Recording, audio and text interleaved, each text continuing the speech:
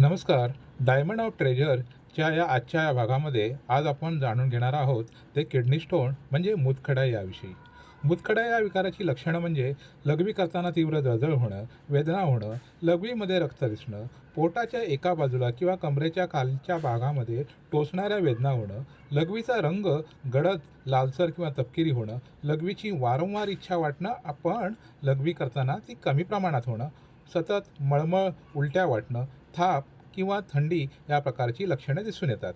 तर मूतखडा या विकाराची प्रमुख कारणे पाहायला गेलं तर पाणी पिण्याचं प्रमाण कमी असणं, जास्त मीठ किंवा साखर असलेले पदार्थ खाणं, कुटुंबामध्ये कुणाला तरीही मूतखड्याचा आजार असणं, लठ्ठपणा आणि शारीरिक व्यायामाचा अभाव असणं, मूत्रमार्गामध्ये सूज किंवा संसर्ग निर्माण होणं म्हणजेच इन्फेक्शन निर्माण होणं, जास्त प्रमाणात कॅल्शियमच्या गोळ्या खाणं, ह्यामुळे सुद्धा मूतखडा निर्माण होऊ शकतो.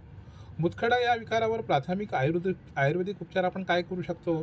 तर यामध्ये आपण गोक्षूर, पाषाणभेद, वरुण, पुनर्नवा यासारख्या वनस्पतींचे चूर्ण, तसेच गोक्षुरादी गुग्गुळ आणि अश्मरीहरकवात आपण आयुर्वेदिक तज्ज्ञांच्या मार्गदर्शनाने घेऊ शकतो.